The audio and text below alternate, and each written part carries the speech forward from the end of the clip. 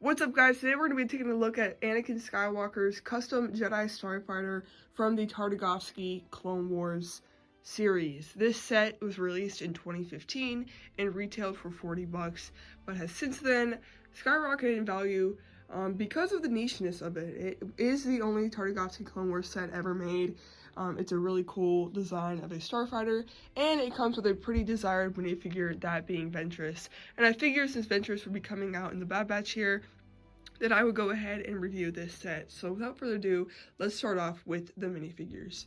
So we're going to start things off with the man himself, Anakin Skywalker. So this minifigure is not exclusive to the set. He was actually released in a couple of Attack of the Clones sets in the 2010s, but this is the last time that we got this minifigure. And yeah, he's actually kind of sought after now.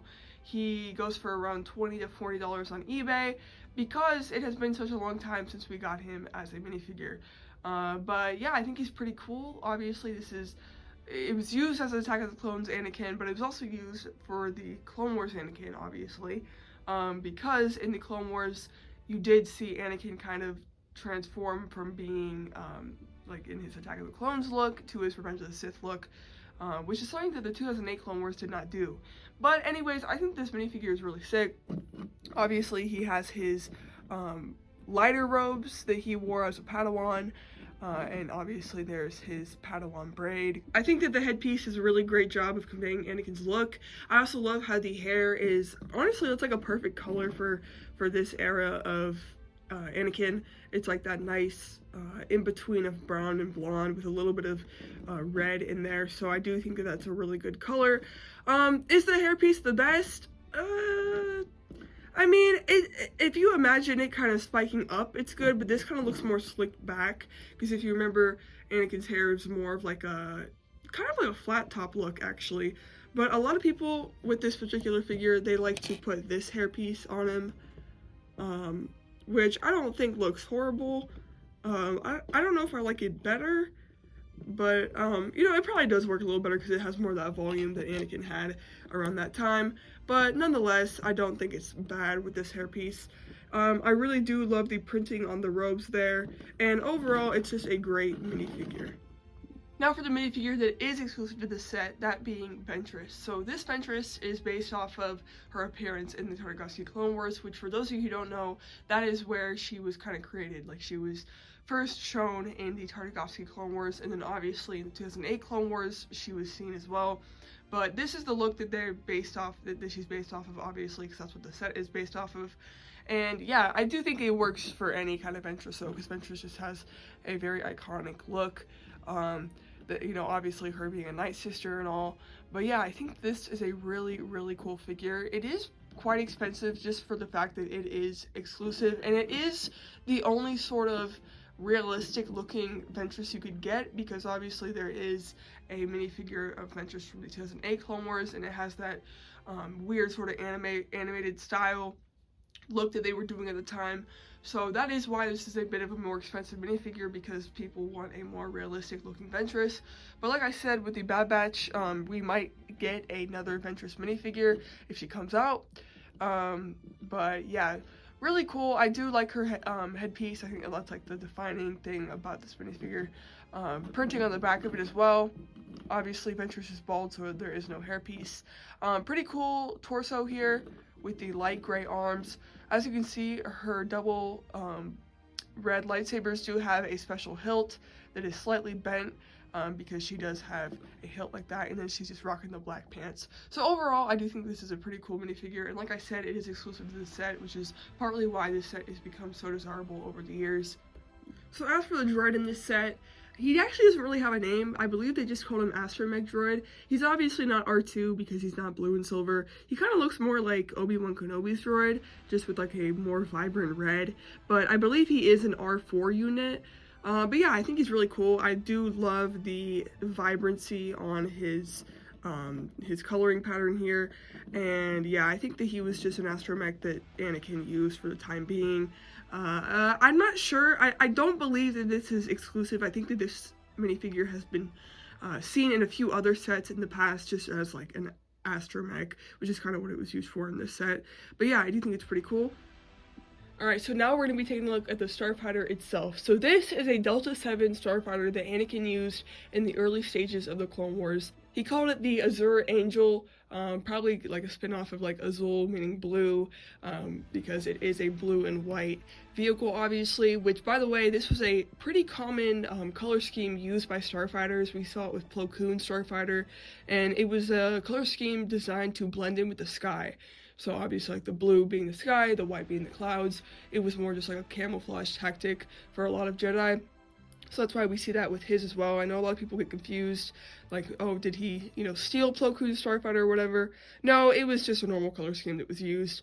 But yeah, obviously it's been modified, which is why it has like the weird shaping up here, obviously the engines in the front, and yeah, just really, really cool Starfighter. Again, this is what he used before he went to the yellow and gray Starfighter that we see in the 2008 Clone Wars.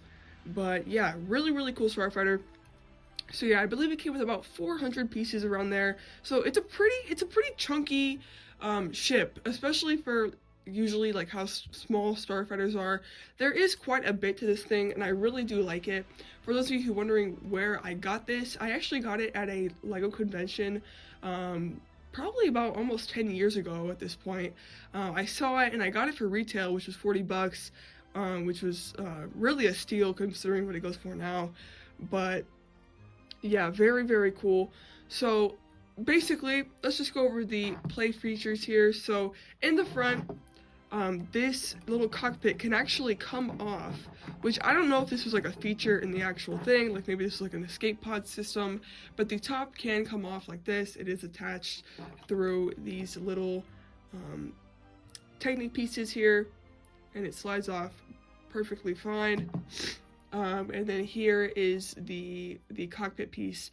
So I do really love like the fin at the end here. I think it's really cool. Underneath here, you can hold a lightsaber for Anakin, which is obviously his blue lightsaber. Pretty cool. And then this pops open, and in the inside, we have a little cockpit piece with like, that's actually pretty cool. I've never really looked at that. It is a sticker, but it's like a little design or whatever. Little binoculars there, and you can easily fit Anakin in, which I'm gonna go ahead and do right now.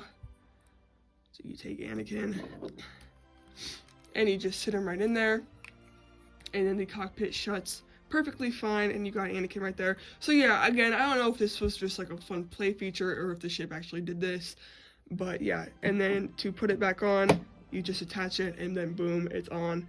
Like I showed earlier, there is a droid, and I do really like it because the droid can easily come out like that. There's the middle there, and if you want to make him fly out, you can push this little Technic piece on the bottom here that basically just shoots the droid out. I don't know why you'd ever do that, maybe just to like show it like boost out of this ship to get out or something, I don't know, but that is an option. Obviously on the sides here, there are these other wings, which I really love how this looks, like the 3 black fins going on here. I think that looks super sick.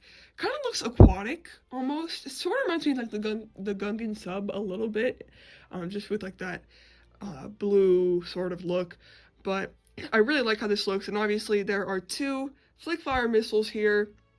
I'm not going to flick them because I don't want to poke my eye out or anything, but yeah, it works like a typical flick fire missile. You just slap it, they'll fly. I do appreciate how they are blue to match the whole blue tone of the ship. On the back here, we do have 2 little engines, and again, on this side, it is the same deal with the flick fire missiles. Also, I do want to mention that there are quite a bit of stickers on here.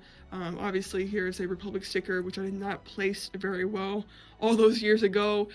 We do have a little sticker on the side here. I don't know if that's a logo for something or if that is a letter or whatever, but it's there nonetheless. And then on the front here, this whole piece right here is a sticker as well. But I mean, there's no issue. Like it's been on here for a long time, and it's not peeled or anything, so it's really nothing to worry about.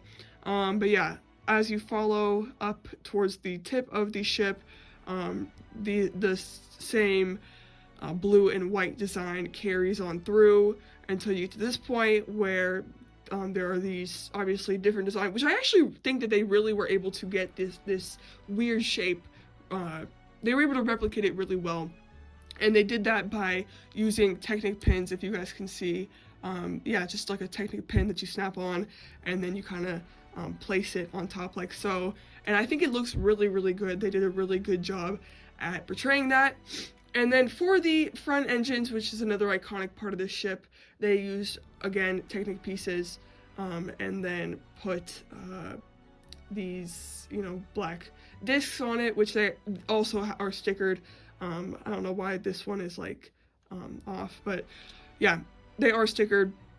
Again, you kind of can't even tell. And then on the bottom here, there is a landing gear that you can flick up. I'm not going to do that, though, because I like the landing gear down. But yeah, that is basically the rundown of the ship. I think that it is really, really cool. Very, very sturdy ship. I mean, I've had it for a very long time. It's never had caused me any issues as far as sturdiness. I think that it's a beautiful ship. I really do love how it looks. And yeah, it's crazy because this is the only Tartakovsky Clone Wars set ever made, and it probably will be the only one ever made, period. Just because it is a Legends media. There's the new Clone Wars, obviously, and yeah, so, but I am thankful that they did at least make one set from it, and I'm glad that it was this one because it's just such a cool ship. So that was my review on Anakin Skywalker's custom Jedi Starfighter from the 2003 Tartakovsky Clone Wars. I love this ship, and I hope that my review would help you decide if you wanted to bite the bullet and pay the expensive price that this thing goes for nowadays, or if you decided to hold off on it. Either way, I do think that this is a really cool ship, and I do hope that they remake Ventress soon, because it has definitely been a minute. I think that this set was actually the last time that we got a Ventress, so she is definitely due for a remake. But anyways, guys, if you did enjoy the video, be sure to hit like, and I'll see you in the next one. Peace.